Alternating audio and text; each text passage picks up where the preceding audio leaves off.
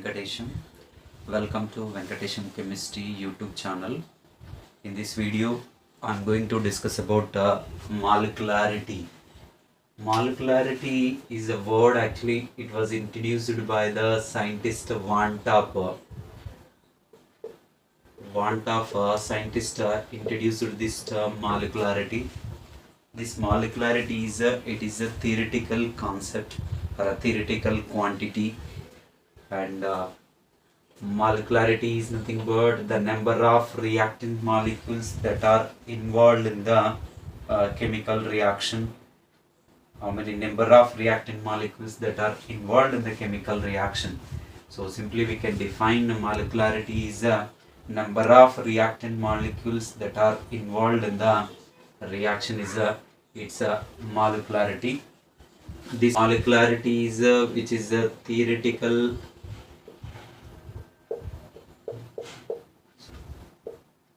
quantity. Molecularity is a theoretical quantity. This molecularity is simply a theoretical quantity. Generally molecularity 1, 2, 3 and so on up to 4. Okay. So this molecularity for the elementary reaction, and we can write down we can find the molecularity in that elementary step. Only one step is there. For elementary reactions are the reactions which are taking place in only one step, single step reactions. Such a reactions and molecularity can be written, or molecularity can be found only in that elementary step. Okay. And the next one is for the complex reactions. For complex reactions are the composite reactions, and these reactions are involved in the more than one elementary step. So more than one elementary step, these reactions are taking place. Such a reactions are it's a complex reactions of the composite reactions. So whenever these kind of complex reactions or composite reactions are given, and molecularity can be written in the mechanism. We'll see that out of that all the elementary step, the step which is taking the more time to complete, that step is called as it's a slow step. That slow step, how many number of reactant molecules are involved, and that is it's a molecularity. So molecularity can be written for the complex reactions in which slow step is there. That slow step generally it is also called as a RDS, rate determining step. In that rate determining step only generally we can able to find its molecularity, right? So based on this molecularity, and chemical reactions are mainly three types are there. Unimolecular reaction is one. Unimolecular reaction. So unimolecular reaction is nothing but the reactions whose molecularity is equals to the 1. Such a reactions are called as a unimolecular reactions. These unimolecular reactions molecularity equals to 1. Here I will take some example, and here one is there is a decomposition of ammonium nitrate NH4 NO2, and decomposition it gives rise to this is an N2 plus this is a 2 moles of H2. So this decomposition of ammonium nitrate is a very good example for the it's a unimolecular reaction. Or I can take another example is there is a decomposition or breaking of a bond between the bromine atoms, and it forms a Br free radicals. So this is also in presence of sunlight. Generally it can be takes place. Its molecularity is equals to 1, right? And other one is the second one. There is a bimolecular reactions.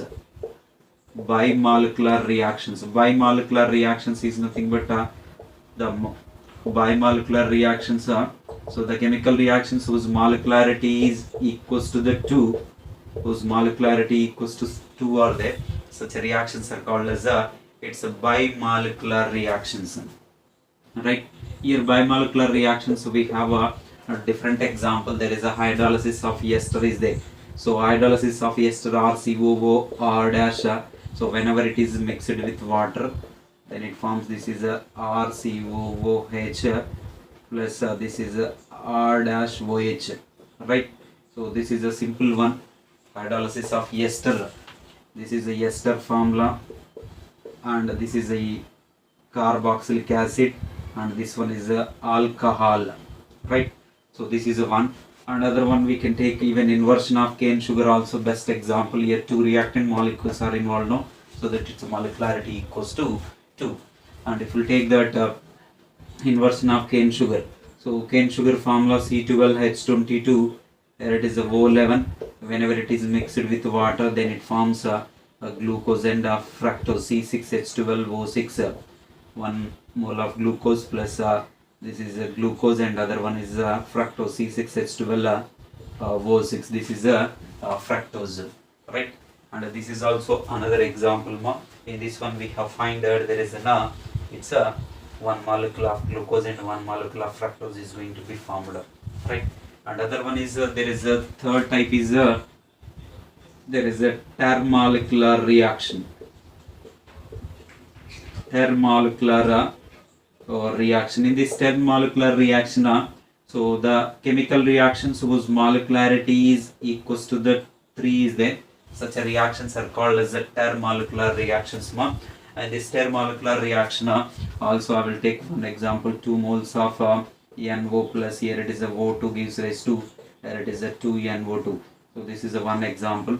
Generally molecularity greater than 3 containing 3 greater than 4 or greater than or equals to 4 containing reactions are very rare, and that's the reason we will not consider that other type of reactions. So unimolecular reaction, bimolecular reaction, and thermolecular reactions commonly we can able to see. Okay, so here some exceptions also there. We'll discuss that exceptions. I am taking some different examples, and what generally by seeing the chemical reaction whose molecularity we are getting one, and by seeing its mechanism and a slow step, and we'll find that different molecularity, right? Here I am taking there is a reaction between the nitrogen dioxide, 2 moles of N2 plus, here it is a F2 gives rise to, this is a 2 moles of NO2F. Here I am going to get that this is a 2 moles of NO2F. Actually, when we are seeing this general reaction, its molecularity is equals to 2 here 1, but actually it looks like a molecularity 3. But actually it comes under the bimolecular reaction, and it's by seeing this chemical reaction we'll tell that it's a molecularity equals to 3. And when we are seeing its a mechanism, and it comes under only a bimolecular reaction, it is a bimolecular reaction. It is a bimolecular reaction. You'll see the mechanism here. In the mechanism, and the first step, 1 mole of NO2 and F2 will react. Here the 1 mole of NO2, and it can react with the F2 in a slow step, and it forms, this is a NO2 F, and even nascent fluorine also going to be formed here. This nascent fluorine is a highly unstable one, and this is a intermediate is formed. That nascent fluorine intermediate, again it can react with 1 more mole of NO2 molecule, then it forms NO2 plus here nascent fluorine, and it forms in the fast step, it forms, this is a NO2F, right? Whatever the nascent fluorine is formed, that is a highly unstable one, that immediately it can combine with another nitrogen dioxide, then it can form that NO2F. So this is a bimolecular reaction. This is a one example. And another one is we'll talk about, there is a decomposition of hydrogen peroxide. This is a 2 moles of PH2O2 gives rise to, this is a 2 moles of PH2O plus O2. This reaction is actually, it comes under the unimolecular reaction. It is a unimolecular reaction. By seeing this chemical reaction, 2 reactant molecules are involved. We'll think that it's a molecularity equals to, it's a 2. But actually in the same way here, NO2 and F2 also molecularity slow step, only 2 reactant molecules are involved, so that it comes under the bimolecular reaction. In the same way here also you can see that it is a unimolecular reaction. It is a unimolecular reaction. So in this unimolecular reaction, we'll come to know by its mechanism. And the first step, there is a 1 mole of hydrogen peroxide. It will be decomposed and a slow step, and it forms this is a H2O plus, and it forms this nascent oxygen. Okay, in the second step, this nascent oxygen will combine with another hydrogen peroxide. This hydrogen peroxide, and again here this nascent oxygen in fast step. So it forms this is a H2O plus, this is a O2 and in the slow step only one hydrogen peroxide molecule is involved, so that it comes under the unimolecular reaction. This is also a different one, and this is also a different one.